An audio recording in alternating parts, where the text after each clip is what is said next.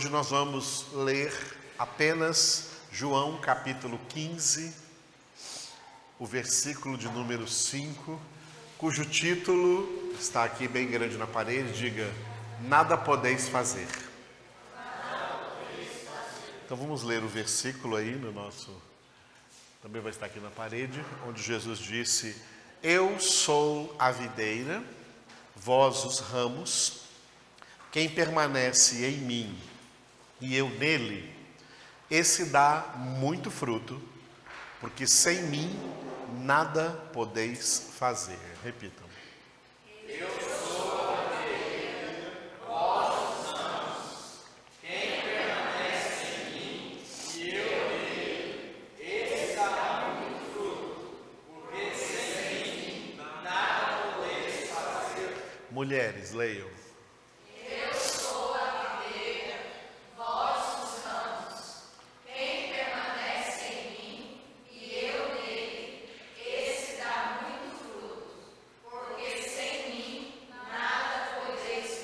Agora os homens aí. Eu sou a videira, vós os ramos, quem permanece em mim e eu nele, esse dá muito fruto, porque sem mim nada podeis fazer. A última vez, todos juntos. Eu sou a videira, vós os ramos. Quem permanece em mim e eu nele, esse dá muito fruto, porque sem mim nada podeis fazer. Aleluia. Glória a Deus. O que eu coloquei de vermelho lá em cima foi o que nós já trabalhamos nos versículos anteriores, né? O primeiro versículo, Jesus disse: eu sou a videira verdadeira e meu pai é o agricultor.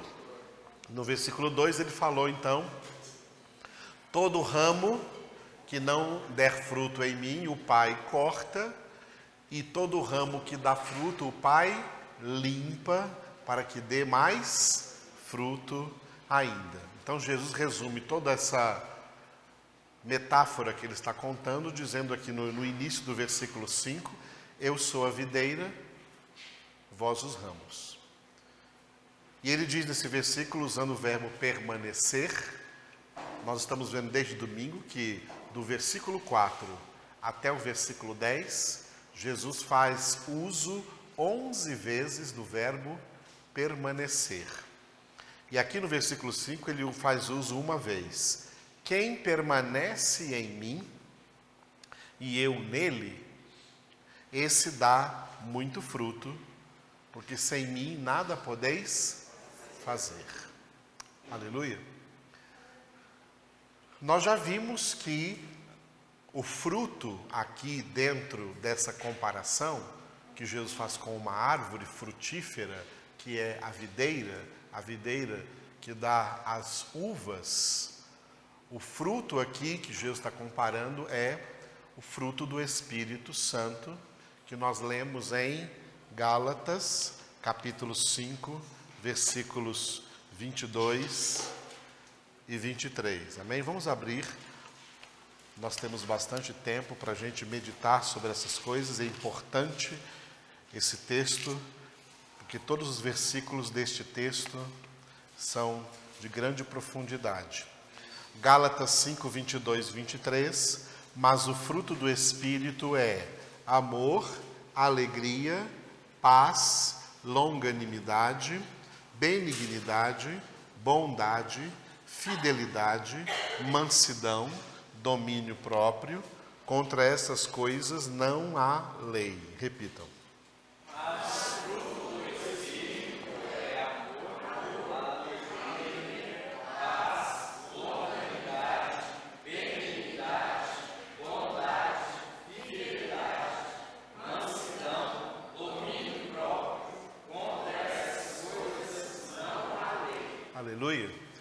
Em todo esse contexto aqui do capítulo 15, a palavra fruto se refere ao fruto do Espírito Santo. Tá? Se refere ao fruto do Espírito Santo. Porque o fruto do Espírito Santo, ele é o resultado do progresso da nossa santificação. Quanto menos a pessoa se santifica, menos vai aparecer esse fruto do Espírito Santo aí.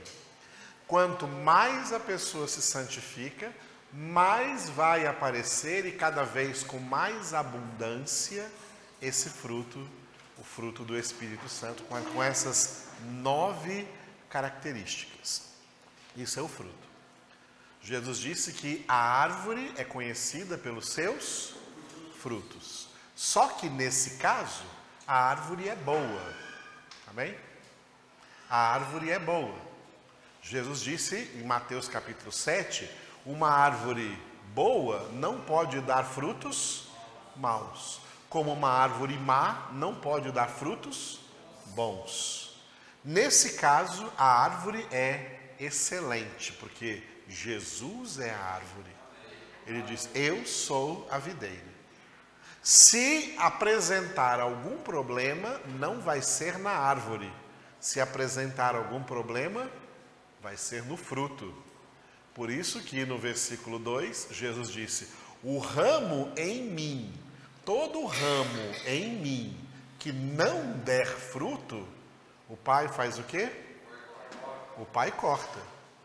O Pai corta por quê? Porque não é culpa da árvore, é culpa do ramo. O ramo, os ramos, somos nós. É o que Jesus está dizendo aqui. Eu sou a videira, vós os ramos. Tá? Vocês são os ramos. Jesus está dizendo, eu sou a videira, vocês são os ramos. Eu, Jesus, sou santo, sou perfeito, sou obediente, não há mancha em mim, não há pecado em mim, não há maldade em mim. Portanto, a videira é boa, a árvore é boa. Se der algum defeito na produção de fruto, se der aí, tá? Se der aí alguma falência na produção de fruto, vai ser algum problema em particular de algum ramo. Esse ramo que não der fruto, ou seja, esse crente que não der fruto, ou seja, este crente que não produzir o fruto do Espírito, ele não está produzindo por defeito da árvore. A árvore não tem defeito. Esse crente não está produzindo por problema pessoal desse ramo aí. Se o pai ver isso, o que ele faz? Corta. Eu vou cortar isso daqui dessa árvore. Porque a árvore é boa, não tem desculpa para esse ramo não produzir fruto. A árvore é boa. Por que o ramo não está produzindo fruto? Ele corta. Agora, aquele que produz fruto, ele limpa. Essa limpeza, tá, que é a poda, essa poda, ela acontece, então, durante o processo da santificação. Quanto mais nos santificamos, mais o fruto do Espírito vai aparecer e mais o Pai vai nos limpar. O Pai, que é o agricultor, vai limpar esses ramos, vai podar esses ramos para que eles produzam cada vez mais fruto ainda. Porque Deus não quer apenas que o amor esteja em nós, a alegria esteja em nós, a paz, a longanimidade, a benignidade, a bondade, a fidelidade, a mansidão e o domínio próprio estejam em nós, não. Ele quer que, além desse fruto se manifestar na nossa vida, Ele quer que isso aumente na nossa vida, tá? Aumente na nossa vida. Esse amor tem que aumentar. Essa alegria tem que aumentar, a paz tem que aumentar, a longanimidade, a benignidade, a bondade, a fidelidade, a mansidão, o domínio próprio. Essas características, elas têm que aumentar, progredir, evoluir, crescer à medida que nós evoluímos, progredimos na nossa santificação. Aleluia? Então nós temos que ser pessoas que vão amar cada vez mais. Pessoas que vão estar cada vez mais alegres no Senhor. Pessoas que vão estar cada vez mais cheias de paz. Pessoas cada vez mais longânimes, mais pacientes. Pessoas cada vez mais benignas e menos malignas. Pessoas cada vez mais bondosas e menos maldosas. Pessoas cada vez mais fiéis em tudo ao nosso Deus e menos infiéis. Até que Deus vai encontrando menos infidelidade na nossa vida e mais fidelidade. Pessoas cada vez mais mansas. Mansa no sentido de Jesus, tá? Não no sentido de Goiás. Eu digo isso que eu só aprendi essa palavra aqui em Goiás. Eu sou paulista, não sabia, não. Cheguei aqui e o pessoal falou, fulano de tal é manso demais, né? O que significa isso? Eu não sabia o que isso significava, agora eu sei. Então, mansidão aqui não é nesse sentido de Goiás, não, no sentido de Jesus, né? Aprendei de mim que sou manso e humilde de coração, e sermos pessoas cada vez mais equilibradas. Amados, quanta gente desequilibrada. Quanto menos Deus as pessoas têm, mais desequilibradas elas são. Tá? Quanto menos santidade elas têm, mais desequilibradas elas são. A santificação vai nos tornando pessoas equilibradas, equilibradas mentalmente, equilibradas emocionalmente, tá? Nos traz equilíbrio. Esse equilíbrio é chamado aqui de domínio próprio. E essa característica do fruto do Espírito aqui, chamada domínio próprio, em algumas traduções é chamada de temperança, ou seja, porque o Espírito de Deus controla os nossos temperamentos, tá? Aquela pessoa que é muito tímida, o Espírito de Deus vai libertando essa pessoa dessa timidez. À medida que ela se santifica, o Espírito Santo vai libertando ela dessa timidez, ela vai começar a se expressar mais, falar mais. Aquela pessoa que é muito colérica, o Espírito Santo de Deus vai temperando isso e colocando ela mais mansa, mais tranquila, entendeu? Vai mudando essas coisas. Aquelas pessoas que são muito paradas, né, por causa do temperamento, o Espírito de Deus vai colocando pilha nela, espiritualmente falando, vai dando uma agitadinha nela. Aquelas pessoas que já são agitadas demais, o Espírito Santo vai puxando a corda dela para trás. Não, calma aí, vai aprender a esperar.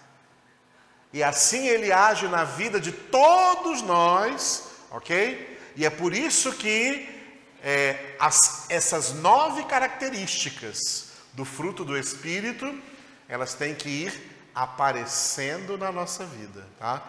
Essa é a evidência de que o Espírito de Deus habita em nós. Esta é a evidência de que nós somos batizados com o Espírito Santo. Esta é a evidência que o nosso corpo é o templo vivo do Espírito Santo de Deus, que o Espírito Santo de Deus habita em nós.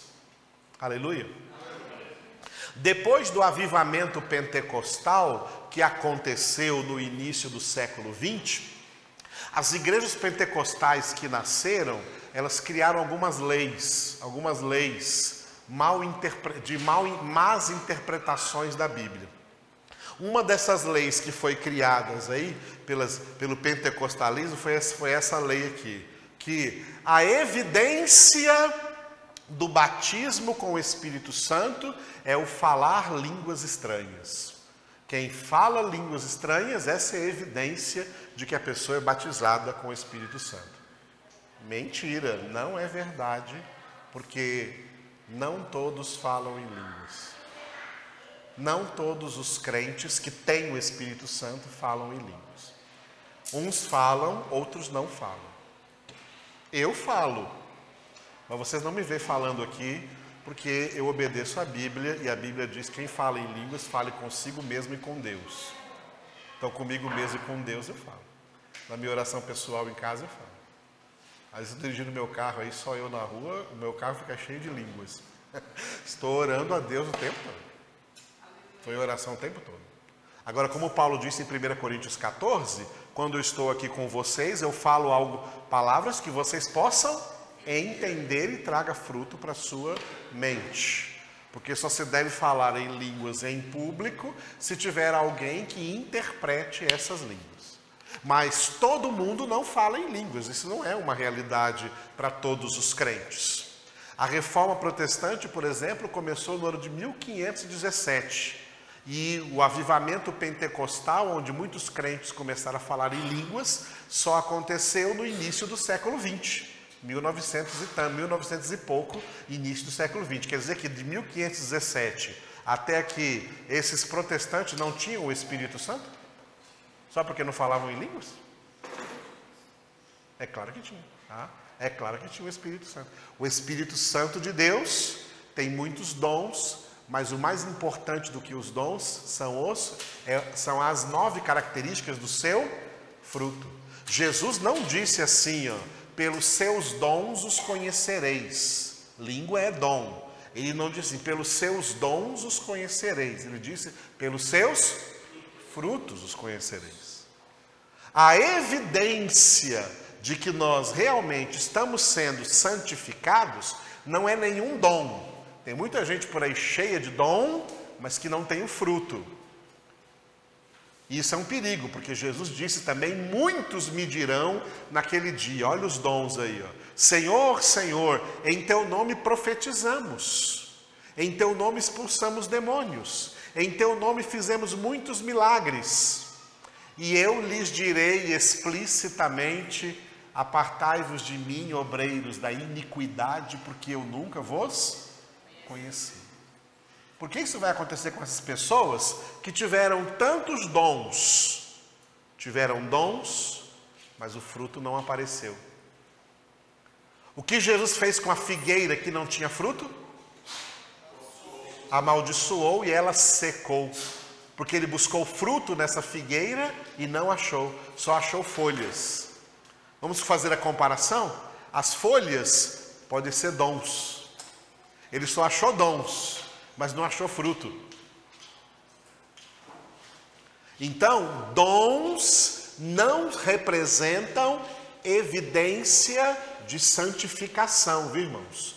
Dons não representam evidência de santificação.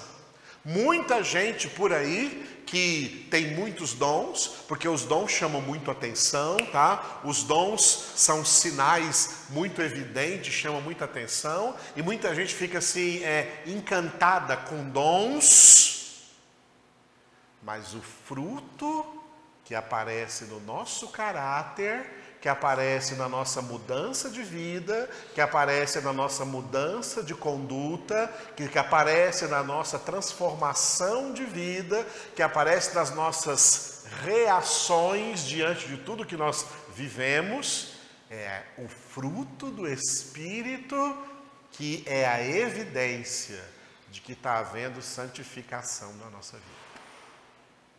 Aleluia? E o principal fruto é o amor. Por isso que Paulo trabalha em 1 Coríntios 13, dizendo assim, né? Ainda que eu fale as línguas dos homens e dos anjos, se não tiver amor, sou como o bronze que soa ou como o símbolo que retine. Ainda que eu conheça todos os mistérios e todas as ciências, ainda que eu tenha o dom de profetizar, se não tiver amor, eu não sou nada. Ainda que eu faça obras de caridade, que eu tenha até dar o meu corpo a ser entregue em favor dos outros, se não tiver amor, nada sou. Não estou fazendo nada. Porque o amor é o fruto. Aleluia? O amor que tudo crê, tudo espera, tudo suporta. Tá? O amor que não busca seus próprios interesses, o amor que jamais acaba, o amor que é derramado em nossos corações, como diz Romanos 5,5, pelo Espírito Santo que nos foi outorgado. Então, o Pai que é o agricultor, o pai é o agricultor dessa grande vinícola, tá? Dessa grande vinícola que todas as uvas são produzidas de uma só videira, que é o Filho Jesus. O que o pai procura nos ramos dessa videira, o pai que é o agricultor, que procura aí nos ramos dessa videira bons frutos. E se ele vê aí um ramo que não está produzindo, ele corta, para que esse ramo não atrapalhe os outros que estão aí produzindo. E os outros que estão produzindo, ele poda, ele limpa, para que produza cada vez mais e melhores frutos. O pai procura o fruto. O pai procura o fruto. Não adianta você dizer, eu sou filho de Deus. Você tem que provar que é filho de Deus apresentando o fruto. Apresentando o fruto. O fruto não é apresentado com palavras. O fruto é apresentado com comportamento. No seu comportamento, nas suas ações, nas suas reações, é que o fruto vai aparecer.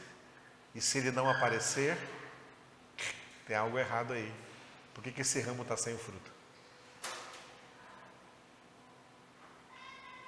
Então Jesus diz assim, ó, quem permanece em mim e eu nele, esse dá muito fruto. Não é pouco fruto, não, é muito fruto. Por quê? Aí eu grifei ali, sem mim, nada. Sem mim, nada podeis fazer. Sem mim, nada podeis fazer. Então, permanecer em mim. Se não permanecer em mim, não vai dar fruto. E domingo nós vimos como que se permanece em Jesus. Vamos rever. O próprio Jesus disse para nós como que permanecemos nele e como ele permanece em nós. Em João capítulo 6, versículo 56. João capítulo 6, versículo 56. Onde Jesus diz assim, vou esperar vocês encontrarem. João 6, 56. Todos encontraram? Quem comer a minha carne e beber o meu sangue, permanece em mim e eu nele. Vocês. Quem comer a minha carne e beber o meu sangue, permanece em mim e eu nele. O que é comer a carne e beber o sangue de Jesus? O que é isso? É se alimentar da palavra. É isso que é a representação da ceia. A ceia representa que nós nos alimentamos da palavra de Deus todos os dias. Tá? Então, quem come a minha palavra, quem bebe a minha palavra, o que Jesus está dizendo aqui é quem se alimenta, quem se nutre espiritualmente todos os dias na minha palavra, esse aí permanece em mim e eu permaneço nele, e esse então vai dar muito fruto. Aleluia. Quer dar fruto? Palavra de Deus na sua vida. Quer dar fruto? Palavra de Deus na sua vida. Quer dar fruto? Quer não ser cortado? Palavra de Deus na sua vida. Se não der fruto, vai ser cortado. Quer dar fruto? Palavra de Deus na sua vida. Palavra de Deus na sua vida. Palavra de Deus na sua vida todos os dias. Se alimentar da palavra de Deus todos os dias da sua vida. Agora, dentro dessa própria palavra, você vai achar o quê? Que essa palavra que você recebe, que você se alimenta dela, ela tem que ser colocada em prática na sua vida. Porque quem não pratica a palavra, edifica sobre a areia. Mas quem pratica, edifica sobre a rocha. Então, a palavra de Deus é para ser praticada. E é quando você vai praticar a palavra que você vai sentir dificuldades. Porque todos nós, cada um na sua personalidade, cada um vai achar praticar algumas coisas mais fácil e praticar outras coisas mais difícil. Às vezes uma coisa que é mais fácil para mim é mais difícil para você. E outra coisa que pode ser mais fácil para você é mais difícil para mim. Porque é ali que o meu pecado pega. Entenderam como é que é? Então, aonde que eu tenho que investir mais? Na prática daquilo que eu tenho dificuldade. Porque se eu ficar praticando só aquilo que eu acho fácil praticar e não me esforçar para praticar aquilo que eu acho mais difícil, eu não me santifico. E se eu não me santifico, não produz o fruto do Espírito.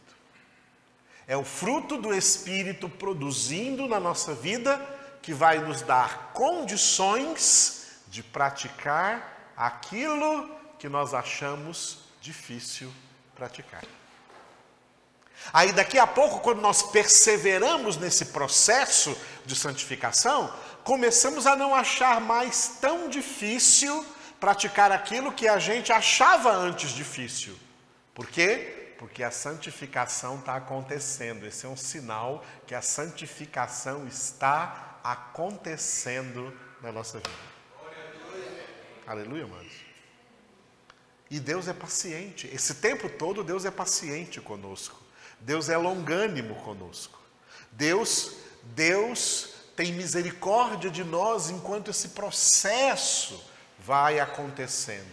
Deus não está aqui, a ferro e fogo, cobrando de nós que sejamos perfeitos agora. Mas Ele quer que nós sejamos perseverantes agora. Que nós permaneçamos em Cristo, que nós continuemos o processo, que nós não interrompamos esse processo, que nós não desanimemos diante desse processo difícil da nossa santificação, porque sem essa santificação, ninguém verá o Senhor. Você quer ver o Senhor no céu? Então é nos santificando. Só que sem Jesus nada podemos? Ele diz, sem mim nada podeis fazer. É por isso que a santificação é uma obra de Deus com a nossa cooperação. Mas a nossa cooperação não valeria de nada sem Ele. Sem Jesus ninguém se santifica. Precisamos dele para a nossa santificação e precisamos ter a consciência de que estamos cooperando com ele na obra da nossa santificação. Eu quero pegar esse verbo fazer ali, que é o último verbo, que Jesus disse assim, repita, sem mim nada podeis fazer. Sem mim nada podeis fazer. Eu quero pegar esse verbo para meditar com vocês dentro de um pedido que uma pessoa veio fazer para Jesus e que aparece nos 3 evangelhos, Mateus, Marcos e Lucas. Não aparece no evangelho segundo João, mas aparece nos evangelhos sinóticos Mateus, Marcos e Lucas. Vamos ler a partir de Mateus, tá? E depois eu falo para vocês as diferenças que aparecem no Marcos e no Lucas. Em Mateus está no capítulo 19. Abra aí na sua Bíblia, Mateus, capítulo 19. Mateus 19. E nós vamos ler juntos do 16 ao 22. Mateus, capítulo 19, do versículo 16 ao 22. Todos encontraram? Leiamos juntos. E eis que alguém, aproximando-se, lhe perguntou, Mestre, que farei eu de bom para alcançar a vida eterna? Respondeu-lhe Jesus, por que me perguntas acerca do que é bom? Bom só existe um. Se queres, porém, entrar na vida, guarda os mandamentos. E ele lhe perguntou: quais? Respondeu Jesus: não matarás, não adulterarás, não furtarás, não dirás falso testemunho, honra teu pai e tua mãe, e amarás o teu próximo como a ti mesmo. Replicou-lhe o jovem: tudo isto tenho observado, que me falta ainda? Disse-lhe Jesus: se queres ser perfeito, vai, vende os teus bens, dá aos pobres, e terás um tesouro no céu. Depois vem e segue-me. Tendo, porém, o jovem ouvido esta palavra, retirou-se triste, por ser dono de muitas propriedades. Então, esse aqui é o episódio dos evangelhos sinóticos, que é chamado o jovem rico, né? Aqui diz que ele é um jovem, né? Versículo 20, e o versículo 20 diz que era um jovem. No versículo 16 que diz que era alguém, né? Diz que era alguém. Marcos diz que era um homem se aproximou de Jesus, mas depois diz que ele era jovem. Em Lucas, essa mesma história foi contada assim, diz que ele era um homem de posição, ou seja, alguém aí da classe alta, tá? Era alguém da classe alta em Israel, alguém de família abastada, gente rica, né? Gente rica. Então, aqui ele perguntou: mestre, que farei eu de bom? Em Marcos e em Lucas a pergunta foi diferente. Se você lê em Marcos e em Lucas essa mesma história, você vai ler que ele perguntou: bom mestre, que devo fazer para receber a vida eterna? E aí Jesus disse para ele que, né? Porque me chamas bom? Só tem um bom, que é Deus. Ok? Essas são as pequenas diferenças que teve aqui. E em todos eles Jesus joga para ele os mandamentos, joga para ele a lei. Aqui ele cita 5 mandamentos dos 10, e depois o resumo do mandamento do amor ao próximo: amarás o teu próximo como a ti mesmo. Então, 5 mandamentos e o amar ao próximo como a ti mesmo. Nos outros, em Marcos e Lucas, ele não cita o amarás o teu próximo como a ti mesmo. Em Marcos ele cita 6 mandamentos, incluindo aí honra teu pai e tua mãe. E em Lucas cita 5 mandamentos. Mais ou menos parecido aqui, 5 dos 10 mandamentos. Muito bem. Eu quero chamar a atenção para vocês aqui usando o verbo fazer, porque a pergunta desse jovem rico para Jesus é: mestre, que farei eu de bom para alcançar?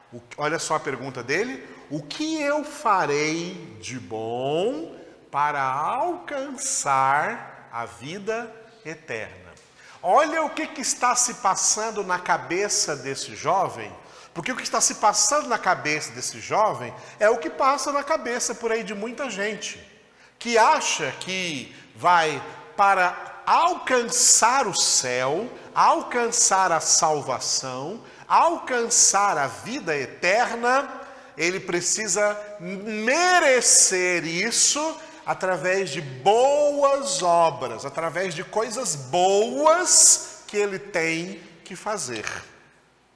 Uma doutrina que até é bem conhecida hoje em dia como uma doutrina proeminentemente espírita, que vem lá do kardecismo e que por sua vez vem lá do hinduísmo, que prega a reencarnação e que prega que as pessoas, né, elas vão se reencarnando à medida que em cada vida elas pagarem os seus pecados fazendo boas obras. Essa é a mesma coisa que está na cabeça de muita gente, não só espírita, mas também católica e também protestante.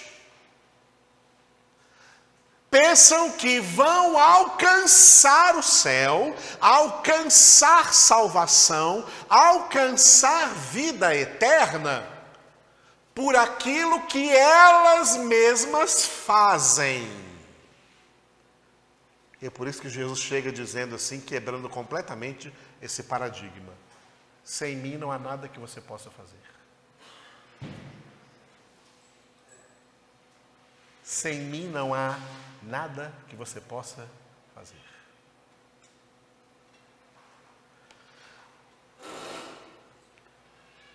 O verbo correto não é o verbo fazer.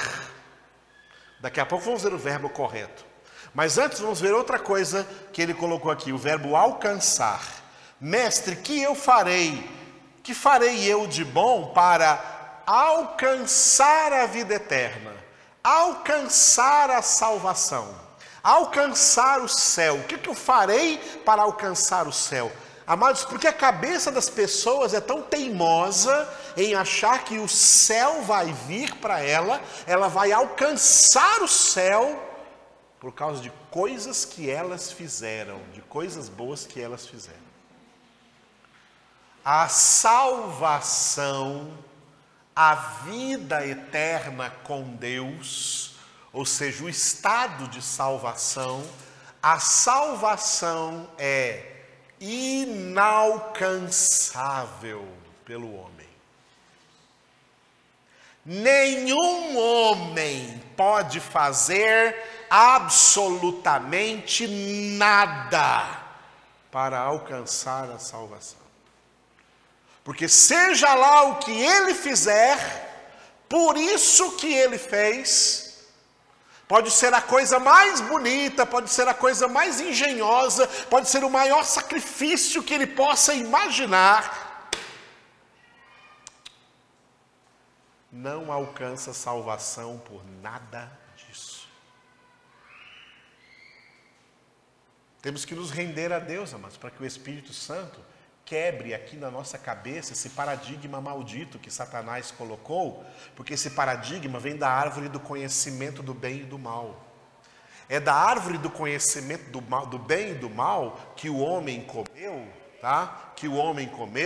Que surgiu essa filosofia, esse idealismo de compensação, esse idealismo de recompensa, tá? De compensação, que os nossos pais passaram para nós e que nós muitas vezes passamos para os nossos filhos.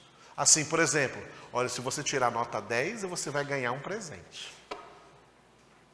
Se você obedecer, se você comportar, você vai ganhar um presente. Então nós queremos premiar por aquilo que o filho fez de bom. O filho fez uma coisa de bom, então nós vamos premiá-lo por aquilo que ele fez de bom. Então, motivado pela recompensa que ele vai ganhar, é que ele faz.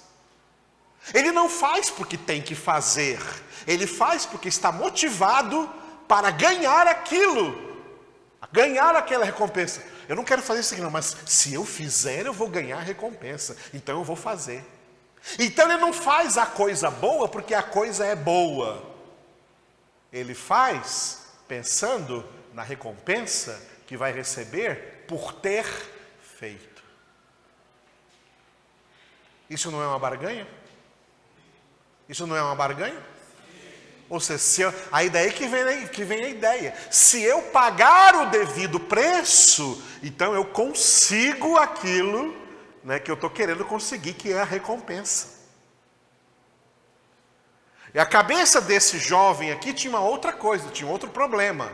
A cabeça desse jovem, ela é comparada por Jesus, a cabeça das pessoas ricas materialmente falando, tá? É comparada na Escritura Sagrada com aquela parte lá na parábola do semeador, em que a semente cai entre os espinhos.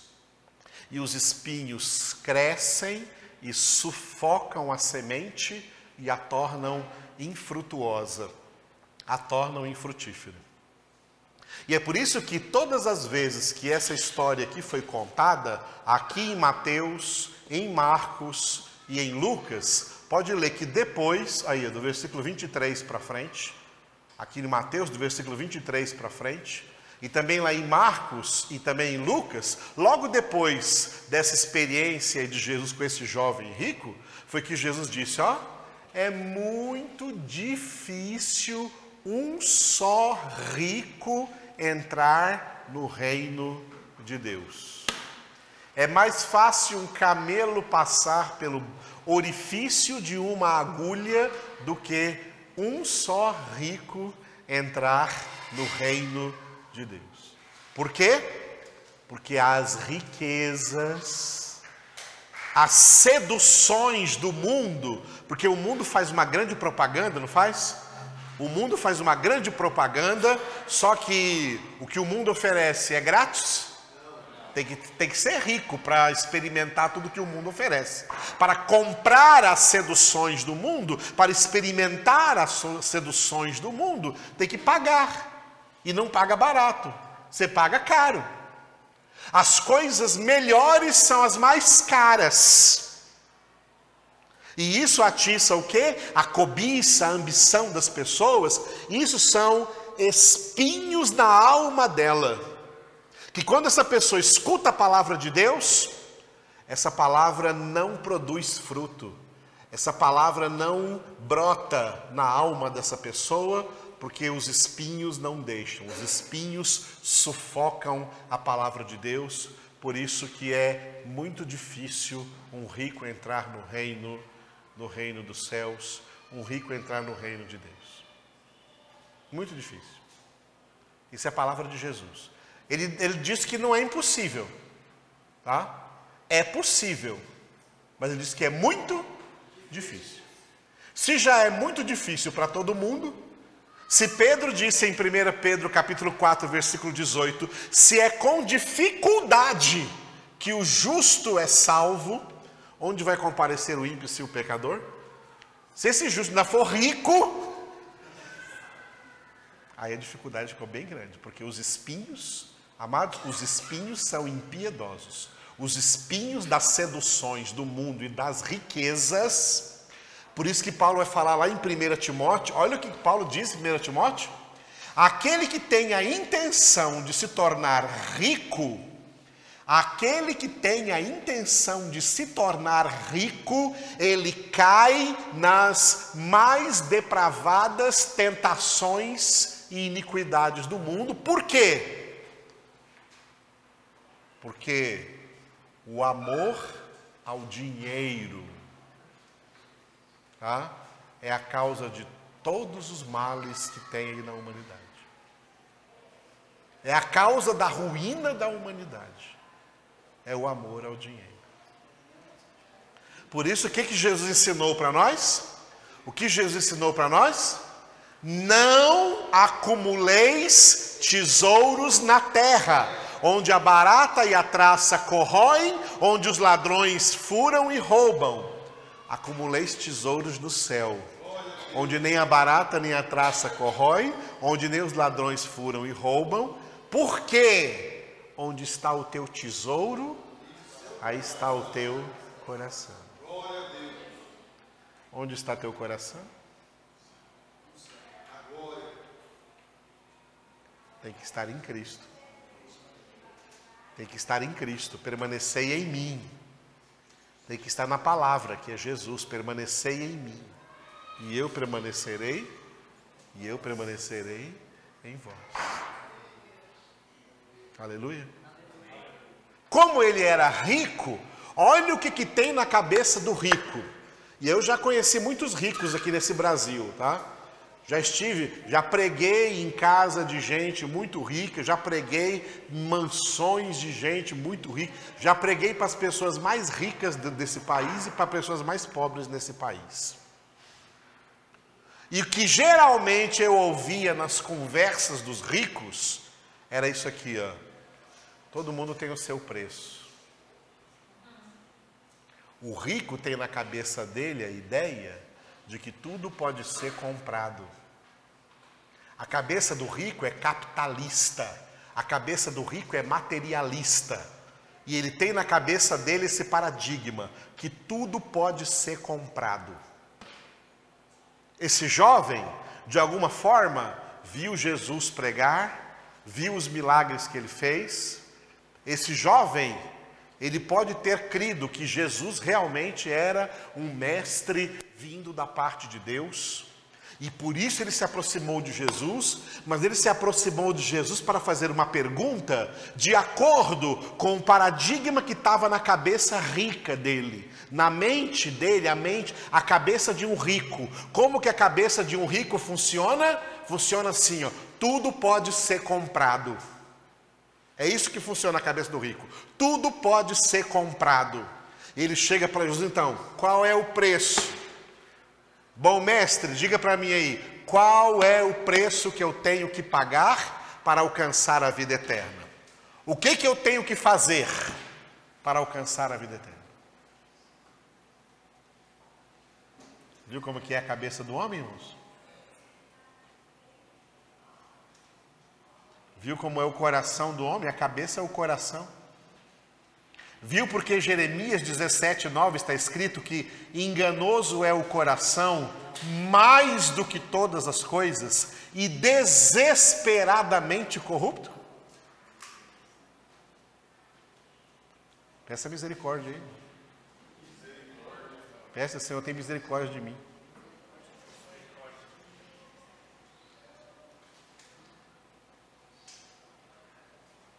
O publicano que compreendeu isso lá na sinagoga, batia no peito e dizia, tem misericórdia de mim, Senhor, que sou pecador. Quando Zaqueu, em Lucas 19, compreendeu isso, porque Jesus entrou na vida dele, quando Zaqueu, que era super rico, compreendeu isso, o que ele fez? Sentado com Jesus na casa dele, ele disse assim, Senhor, eu vou pagar 4 vezes mais todas as pessoas que eu roubei, que eu defraudei.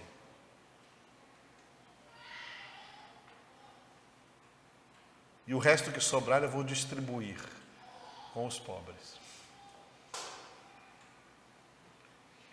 E Jesus falou assim, ó, hoje a salvação entrou nesta casa, porque este também é um filho de Abraão.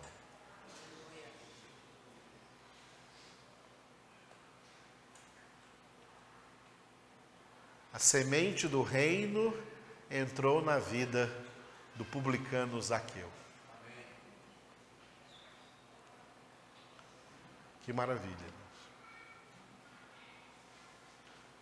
E quando a gente tem mensagens como essa, como toda mensagem evangélica, é que nós entendemos porque Jesus disse em Mateus 22:14, que muitos são chamados, mas poucos escolhidos.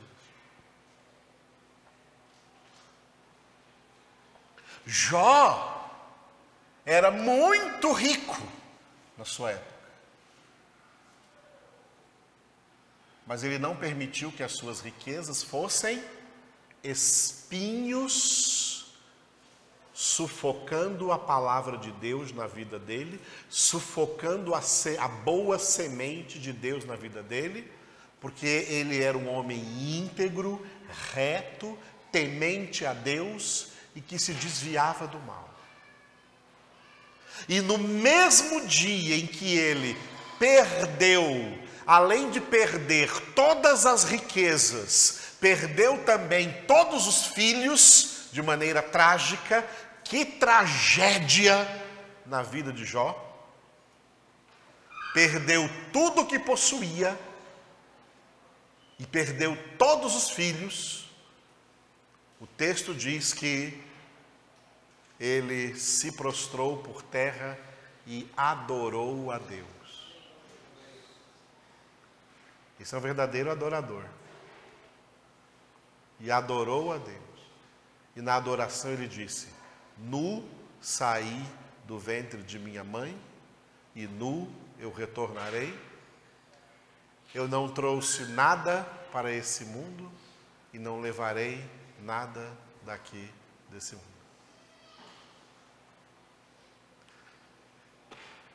Esses personagens bíblicos assim, que viveram essas coisas, provaram que são o quê? Uma terra boa, onde a semente de Deus entrou e produziu o fruto. Deus procura fruto em nós. Todos os dias Deus passeia pela videira. Deus passeia pela sua vinícola. Todos os dias Deus olha cada ramo. Eu sou um ramo, você é um ramo. Todos os dias Deus, todos os dias, irmãos, todos os dias Deus olha cada ramo. E Ele espera encontrar o fruto. Ele espera encontrar o fruto. Muito fruto. Muito fruto nesse ramo. Voltando aqui para o Mateus 19. Então o homem usa o verbo fazer. Jesus disse, sem mim nada podeis fazer. Mas ele chega perguntando, mestre, o que eu farei de bom para alcançar? Ou seja, o que eu tenho que pagar? Que preço eu tenho que pagar? Porque na minha cabeça de rico é assim que funciona, tudo tem um preço. O que eu tenho que pagar pela vida eterna?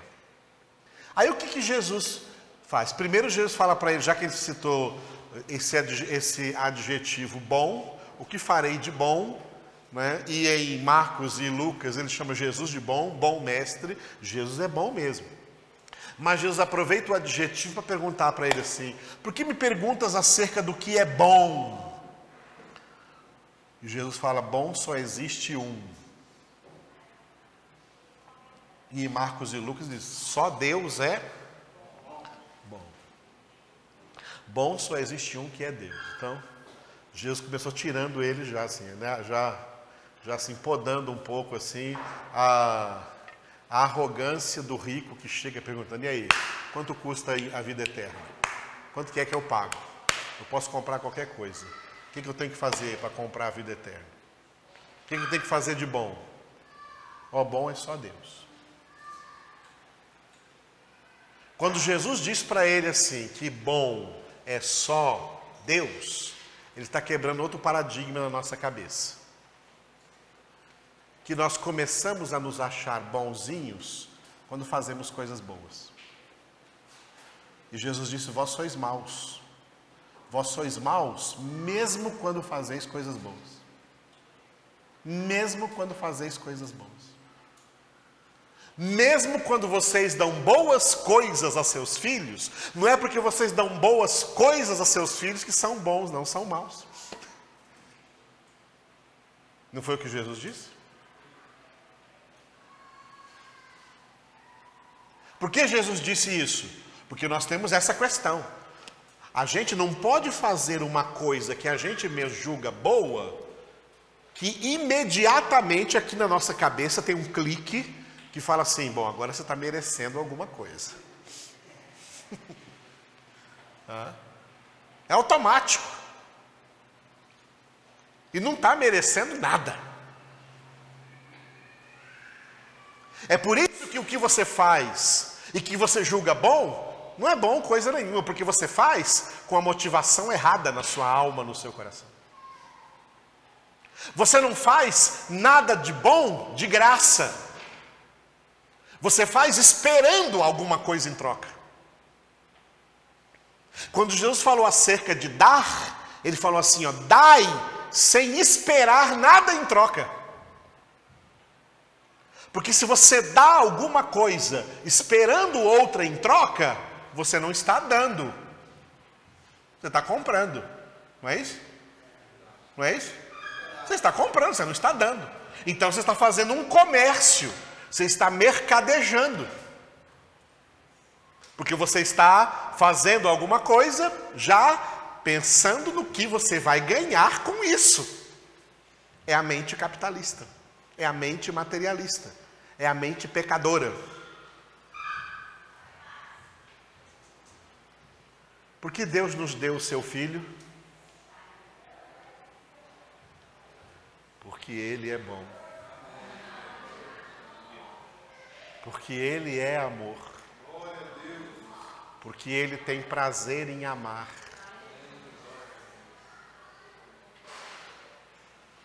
Não foi para receber nada em troca, porque não tem nada que possamos dar em troca para Deus do que Ele nos deu.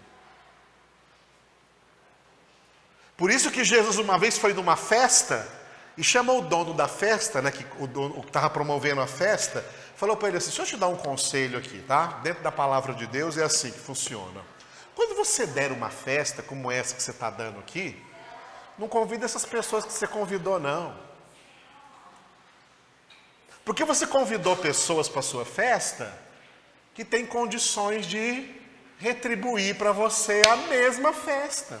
Tem condições de dar para você uma festa também e te convidar. Olha, você me convidou aquele dia para a sua festa, agora eu que vou fazer uma festa, então eu convido você. Que maravilha, quantas coisas boas, né, irmãos?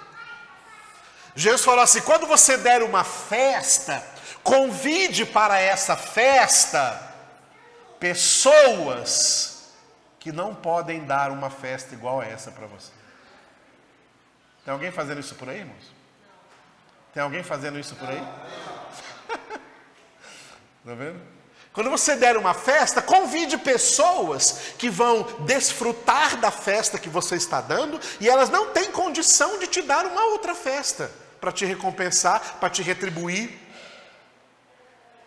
Dê uma festa para essas pessoas simplesmente pelo fato que você quer fazer um bem para essas pessoas, quer dar alguma coisa boa para elas que elas não estão tendo. As pessoas não fazem isso, tudo que elas querem fazer de bom, elas querem fazer de bom pensando no que vão ganhar em troca. Isso é pernicioso, isso é injustiça, isso é pecado. Isso mostra a íntima maldade da alma humana. A alma humana é má e pensa que pode se fantasiar de boa. É boa coisa nenhuma. O ser humano é terrível. A Bíblia nos revela quem é Deus e a Bíblia também nos revela quem é o homem.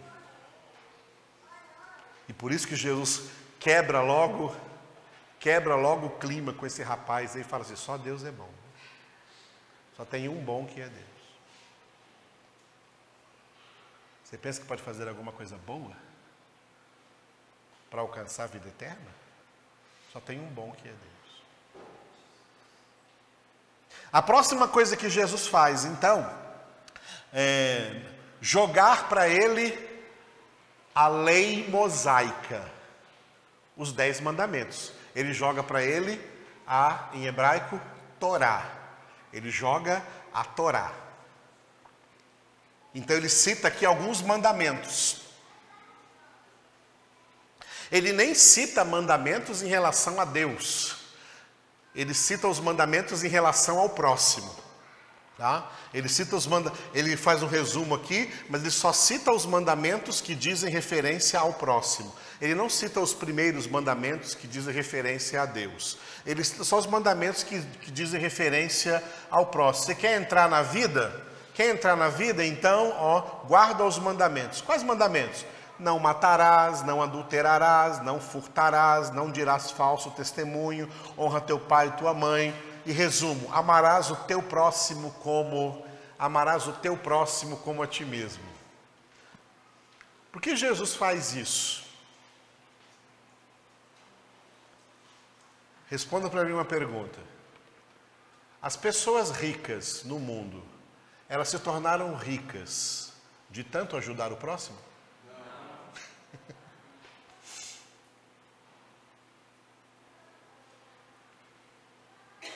Rico não ajuda ninguém. Rico não dá um centavo se ele não receber isso de uma outra maneira.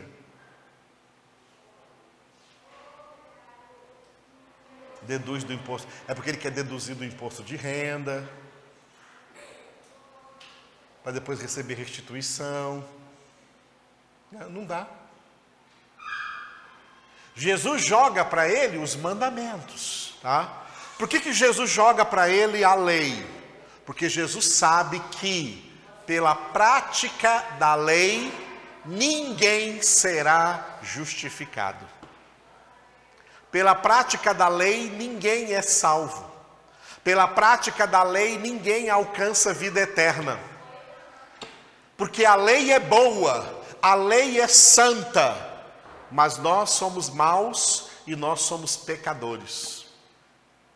E por mais que a gente consiga guardar, obedecer algumas coisas da lei, nunca conseguimos em vida. É o que nós estamos estudando aqui na sexta-feira em Romanos também, tá? Nunca conseguimos em vida praticar a lei, praticar a palavra de Deus na sua extensão e na sua profundidade. Por quê? Quando eu quero praticar o bem, tem uma coisa na minha alma que me impede de praticar esse bem em toda a sua totalidade. É o pecado que habita em mim, como Paulo trabalha em Romanos capítulo 7. Então Jesus joga para ele os mandamentos para mostrar para ele, tá, que nada do que ele faça, porque a única coisa que poderia levar qualquer pessoa a alcançar a vida eterna com Deus, a alcançar a salvação, seria praticar a lei. Mas ninguém consegue. Não há ninguém que consiga. Porque todos pecaram e carecem da glória de Deus, e o pecado está grudado na alma. E o pecado está grudado na alma, de tal maneira que até quando o homem faz algum bem, tem pecado aí misturado. Tem pecado aí misturado. Tem segundas intenções aí misturadas. Tem pecado misturado. Paulo, quando termina Romanos 7, ele fala assim, ó: desventurado homem que sou, quem me livrará desse corpo de morte? É por isso que a salvação é por pura graça de Deus.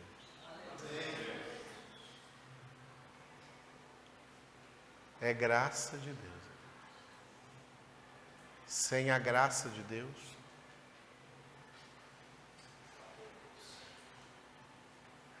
o que acontece com esse rapaz? Ele era religioso. Além de ser rico, era religioso. Por quê? Os ricos encontram na religiosidade uma grande forma de pensar que estão comprando Deus. É assim que igrejas por aí se tornaram riquíssimas pelas doações, só que doações entre aspas, tá? De gente muito rica na história, que achavam que com essas doações estavam então merecendo o céu. Em primeiro lugar, o catolicismo romano foi igreja mestra de fazer isso.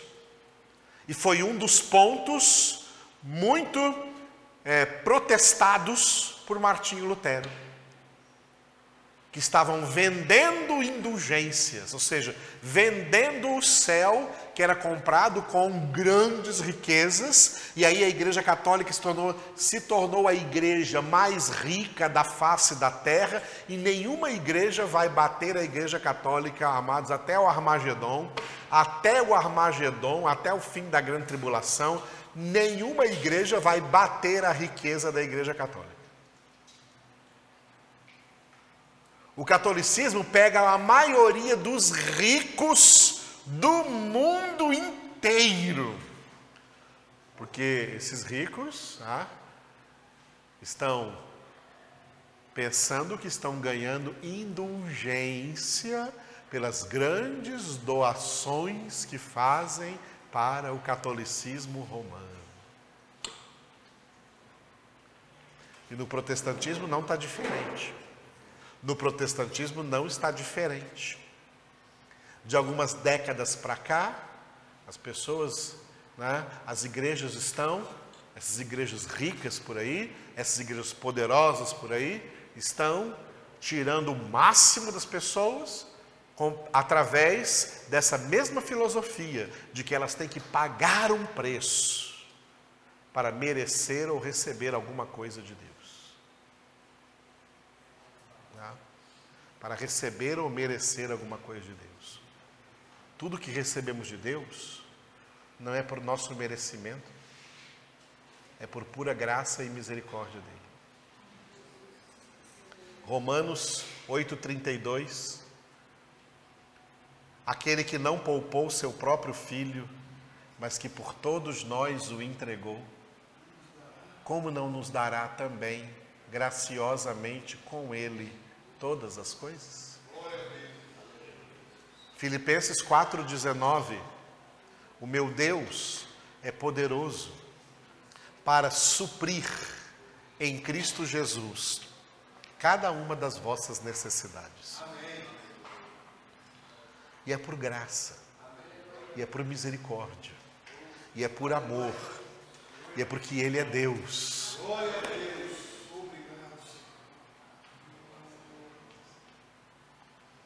Então Jesus jogou a lei para ele. Ah, você quer fazer alguma coisa? Cumpre a lei. Jesus sabia que ele não dava conta. Mas ele, religiosamente, responde no versículo 20, tudo isso tenho observado, que me falta ainda. Quer dizer, ele está achando que as coisas religiosas que ele faz têm sido suficientes. É isso que está por trás disso que ele falou. Aí Jesus falou assim, então eu vou mexer na ferida agora. Já que ele está me provocando, eu vou mexer na ferida agora. A palavra mexe na ferida, que é lá no ponto. E Jesus então mudou o verbo. O verbo que o homem falou é o verbo fazer, é o verbo alcançar. O que eu tenho que fazer para alcançar? Jesus mudou o verbo. O verbo que Jesus gosta é o verbo ser. É o verbo ser. O nome de Deus é com o verbo ser. Jeová é eu sou. Deus é o maior ser. E ele diz, se queres ser perfeito, ou seja, ser santo, perfeito e santo na Escritura é a mesma coisa. Se queres ser santo, se queres ser perfeito, vai, vende os teus bens, dá aos pobres, e terás um tesouro no céu. Depois, vem e segue-me.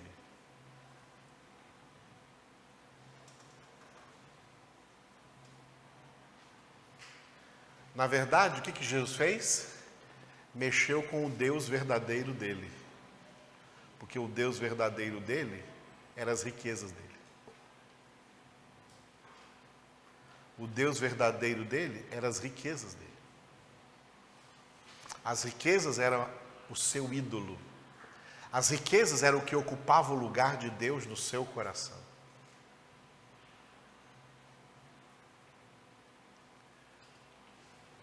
Jesus falou assim, descarta isso aí da sua vida. Descarta isso aí. Tira tudo isso aí. Declara agora diante de Deus que você quer um tesouro no céu, não mais um tesouro na terra. Renuncia ao seu tesouro na terra. Pega o que você tem na terra, distribui para quem não tem nada, que tem gente passando fome por aí, distribui para eles. Não é que com isso você vai merecer nada, não. Entrega para eles. E a vida eterna, não é você não vai alcançar a vida eterna porque deu esses bens aí para os pobres, não. É porque você vai me seguir e eu, Jesus, eu sou a vida eterna. Vem e segue, porque eu sou a vida eterna. Eu sou a vida. Eu sou o caminho e a verdade e a vida. E ninguém vem ao Pai senão por mim. Eu vim para que tenham vida e a tenham com abundância. Eu sou a luz da vida. Eu sou a ressurreição e a vida. Quem tem o Filho tem a vida eterna. Quem não tem o Filho não verá a vida, mas sobre ele permanece a ira de Deus. Vem e segue. Vem e segue. Aqui, agora, tá? Agora Jesus não pregou mais a lei. Agora Jesus pregou o Evangelho. Diante da lei, ele ficou alegre. Porque a mente religiosa acha que pela lei ele paga um preço e ele merece. Quando Jesus jogou a lei para ele, quando Jesus anunciou a lei, ele ficou alegre. Eu tenho observado já isso. Opa, estou no caminho certo. Mas quando Jesus jogou o Evangelho, quando Jesus pregou o Evangelho, olha o 22, ó. Tendo, porém, o jovem ouvido essa palavra, retirou-se triste, por ser dono de muitas propriedades. O Evangelho não entra nele, tá? O Evangelho não entra nele. Eu quis tomar esse texto de hoje aqui, porque esse texto, na hermenêutica bíblica, tá? Na Bíblia, interpretando a Bíblia, esse texto interpreta o que Jesus diz aqui, ó. Sem mim, nada podeis fazer. Porque nada do que você faça faz você merecer ou alcançar a vida eterna. Porque a vida eterna é Jesus. A salvação é inalcançável pelo homem. A vida eterna é inalcançável pelo homem. Quem ganha salvação, quem ganha vida eterna, são aqueles homens que são alcançados por Jesus. Alcançados por essa salvação. Alcançados por essa vida eterna.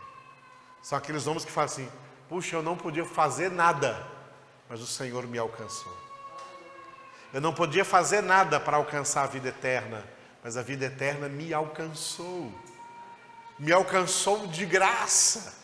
Quem sou eu para ter sido alcançado pela salvação? Quem sou eu para ter sido alcançado pela vida eterna? Quem sou eu para ter sido alcançado por Jesus? Mas Jesus me alcançou. Deus me alcançou. Eu estava lá no império das trevas, Ele foi lá e me libertou do império das trevas e me transportou para o reino do Filho do seu amor, porque Ele quer que eu seja santo, Ele quer que eu seja perfeito.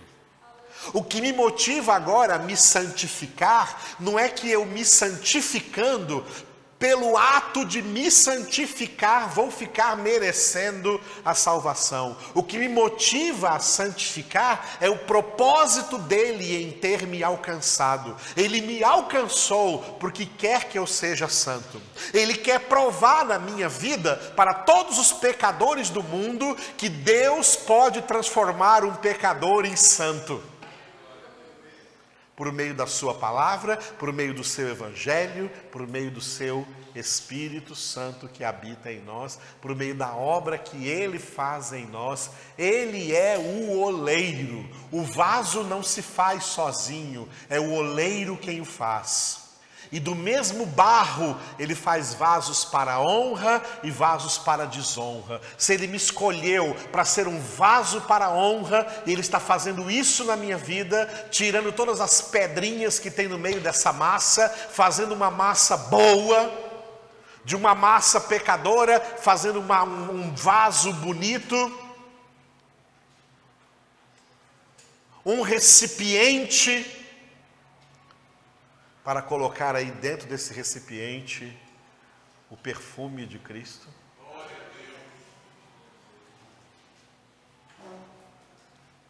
Aleluia, amados. É isso que Deus está fazendo na nossa vida.